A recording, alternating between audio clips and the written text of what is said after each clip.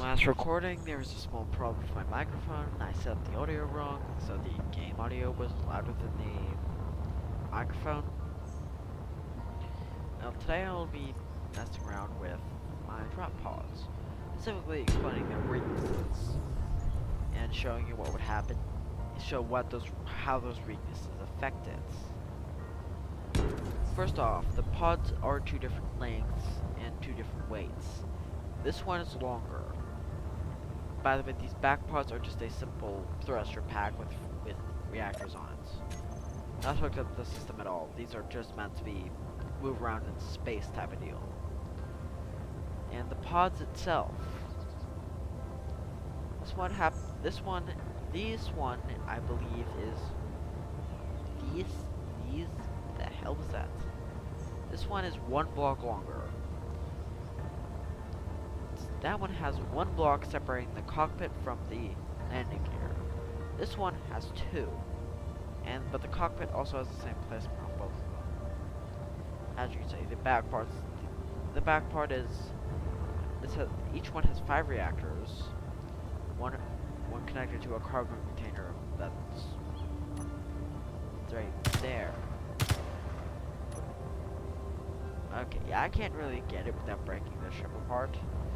You'll see later on if I end up somehow managing to get that thing to survive. I believe I have a medium cargo container back there that actually leads into this. Might have put a connector there at one point.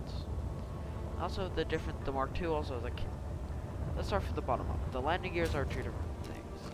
The landing gear, this one has 1 landing gear sideways, so it doesn't block the view of the pod.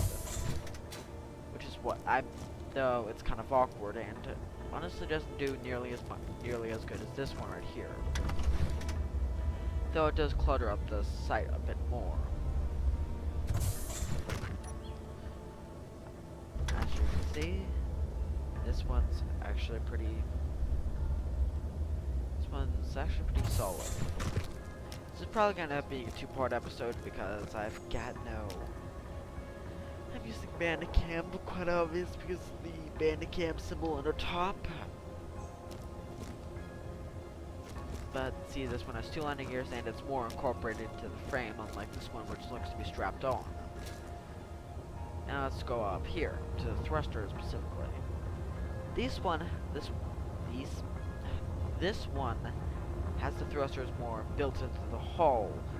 They're also at the bottom, which actually gives the effect of a thruster attached to the bottom of the drop pod that slows it down.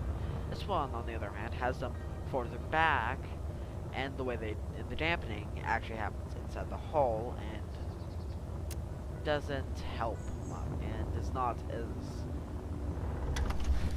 physically. These things should not be able to fly.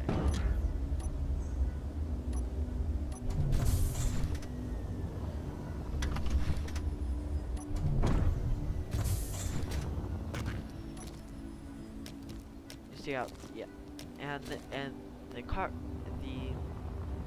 this one's more built into the hull. Now here's the similarities start to blend in. The cockpit is just a fighter cockpit bent downward so it faces the ground, and it looks like it's meant to resemble the ODST's the front area of a pod. Then you have the next. You have the next similarity. There is also the reactors. There's one connected to the back of the pod here. One which is connected to a small port on the bottom of the pod. There's a cargo container right behind it which connects these 4 reactors here. And on top of that cargo container there's this gyroscope. Now we'll talk about thrusters. There's two thrusters in each direction. This is not enough to keep the ship up, though. Well, 2 atmospheric thrusters in each direction. Then you go to the next one. Then you have, here's where the next difference. This one has a camera that this is to make sure this one isn't gonna collide when going into atmosphere. Technically, depending on how you use it, you can have it attached when you go into atmosphere. Just go into the gravity field and drop, or you can start thrusting into atmosphere and then disconnect. then turn off dampeners, or disconnect, or have go in with dampeners off, then disconnect, get out of the way, and then dampen. That's what the camera's for, to make sure this doesn't hit it. And then here's the merge blocks. These are to keep this frame on. The frame itself isn't too spectacular. Honestly, if you look at it, it's actually a pretty simple frame. It just has a lot of thrusters going down, which is kind of, honestly, this thing could only have like 6 thrusters and it'll work. It's meant to be out of atmosphere, not in atmosphere. But I went overboard and put a lot of thrusters and had 4. So this thing doesn't have a gyroscope, so. And it disconnects through merge blocks.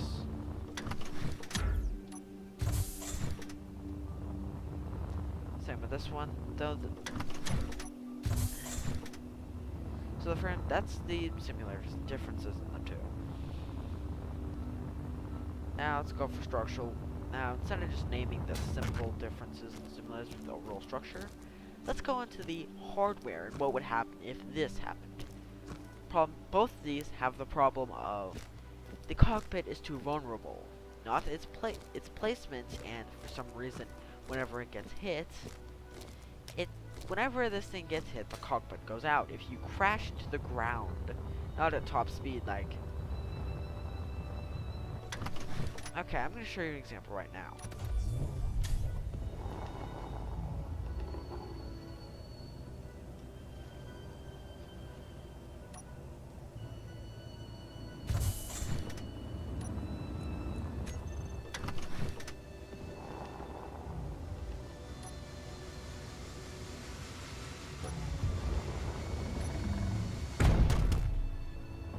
That was a hard landing.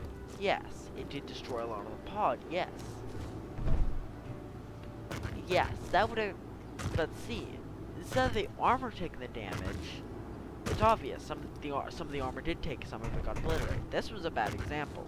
To be honest. To be honest, that was a bad example. But still, you can see how some of the armor is pretty much intact, yet the cockpit's still gone. That's one of my pet peeves of these pods. They do not have the physical capabilities to keep intact themselves.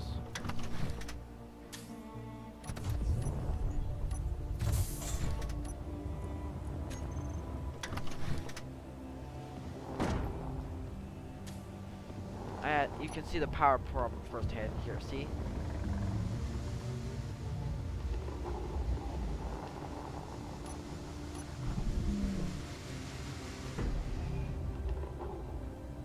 What happened here? Actually, that time the thrusters took the damage. So again, a bad example, but point still stands. The cockpit is vulnerable on this. More so the Mark II than the Mark I because of its armor. Also, this thing is light armor, so it's not the most durable thing in the world. My personal favorite is the Mark II though, just because it's slightly better, in my opinion.